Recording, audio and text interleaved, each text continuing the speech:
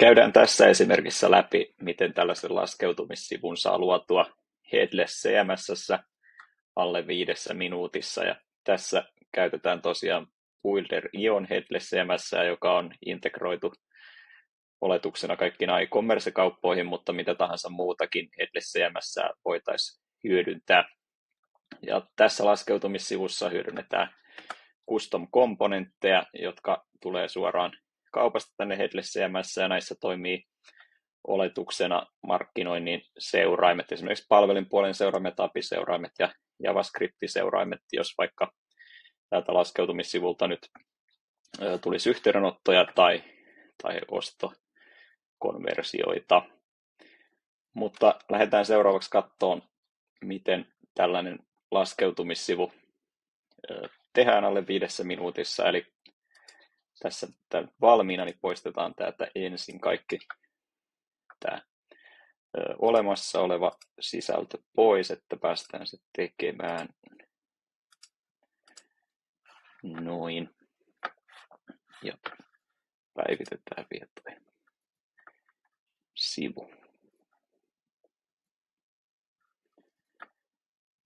Noin. Eli automaattisesti tänne tulee toi kaupan headeri ja footeri.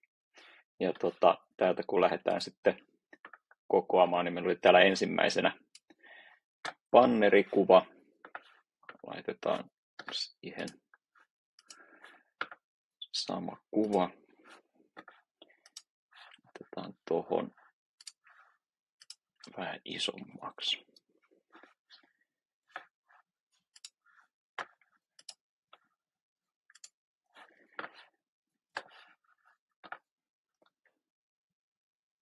Noin, sitten seuraava osa oli se, missä oli toi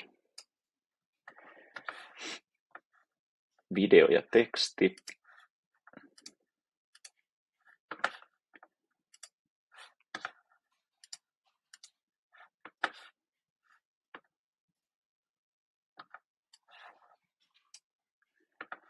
Tämäkään videokomponentti ei hidasta sivuja ollenkaan, eli täällä lataa vasta, kun käyttäjä sitä klikkaa. Eli täältä haetaan toi esimerkkivideo.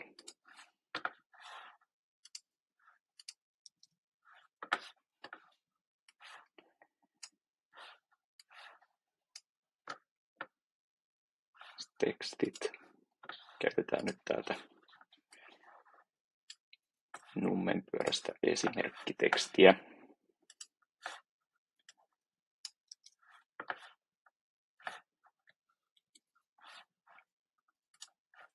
Ja sitten kuvaus.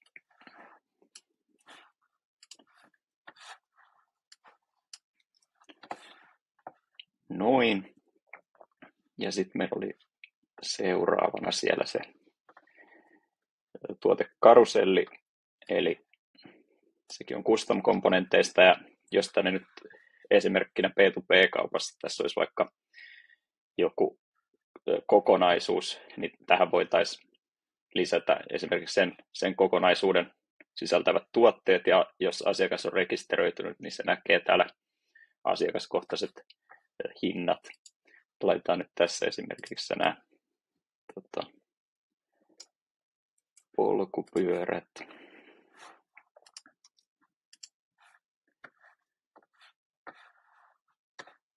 Noin. Ja sitten meillä oli vielä toi yhteydenottolomake tuolla lopussa.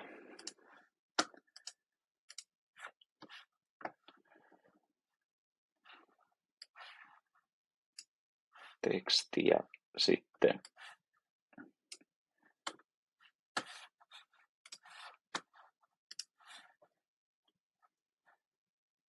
toi contact formi.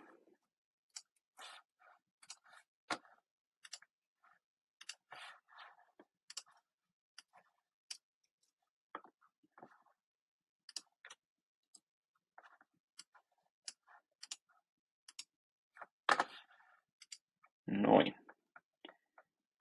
Se näyttää samalta, ja tämä meillä meni 3 minuuttia. Sitten painetaan julkaise. Ja nyt voitaisiin katsoa, miltä tämä näyttää tuolla varsinaisesti sivulla.